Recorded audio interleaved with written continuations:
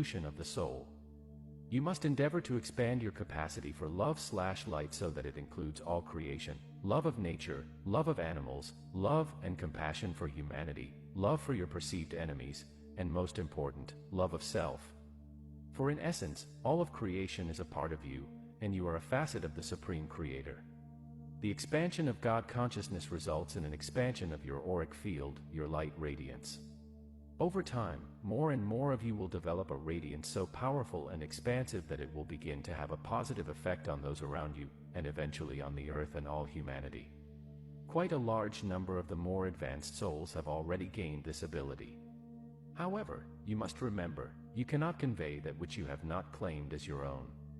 Also, remember this, an important part of your mission on earth is to intensify the light of the lower dimensions. Expansion of soul consciousness results in an expansion of the auric field, both in intensity and scope of influence. An aspirant on the path must focus on both outer and inner world training. You must strive to become a conscious observer of what is taking place around you.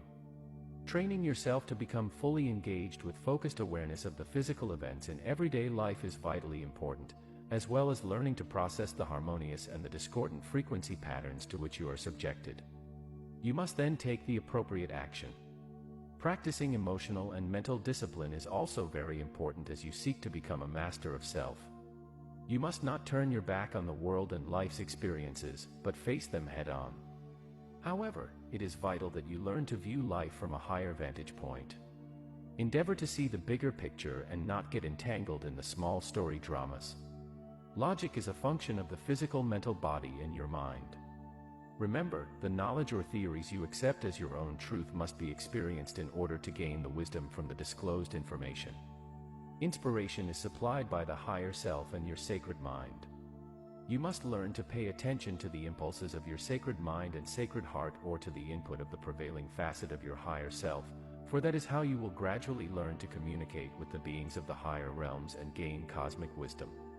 In the beginning, there was communication with and amongst specialized group spiritual guides and guardians. However, over time this gift or ability was lost.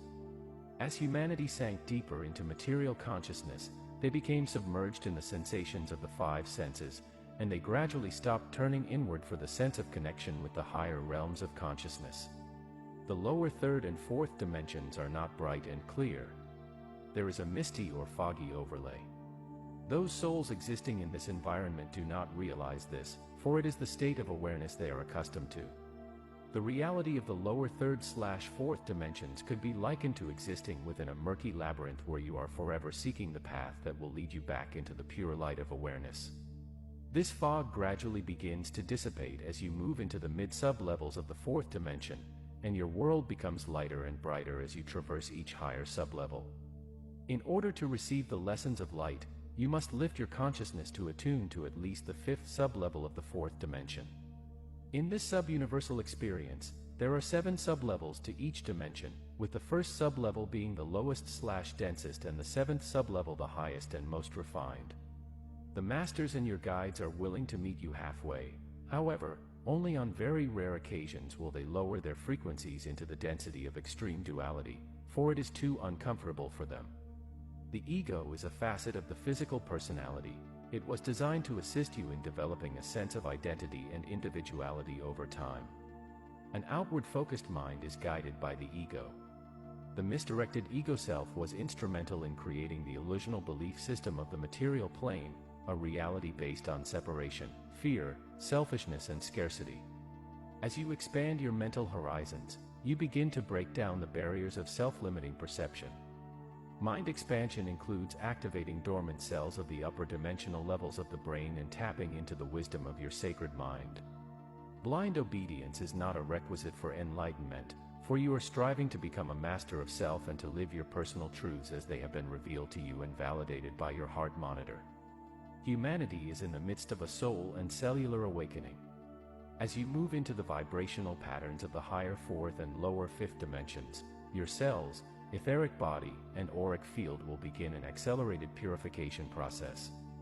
This process will facilitate and ultimately result in the downloading of the many facets of your higher self and the gradual reclamation of your body of light. Be mindful and aware every moment so that your focus becomes one-pointed and clear. You will gradually develop a sense of self-assurance and security, a knowing that all is well and that it will remain so.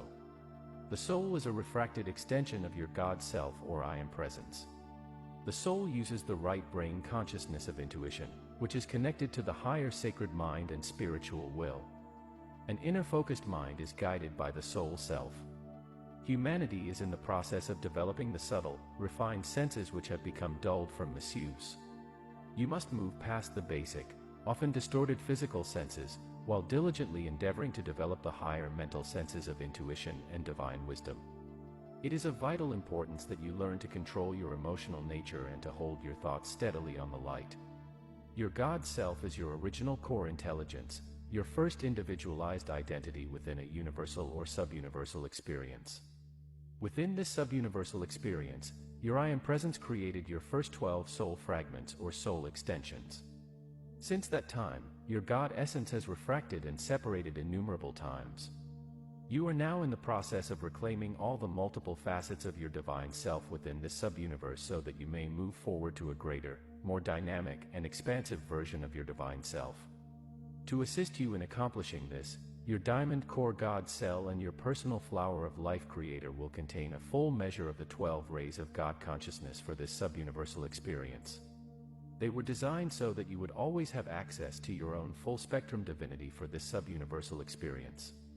Your task is to activate these rays, to incorporate the God qualities and attributes they contain, and then to use these qualities and attributes for the great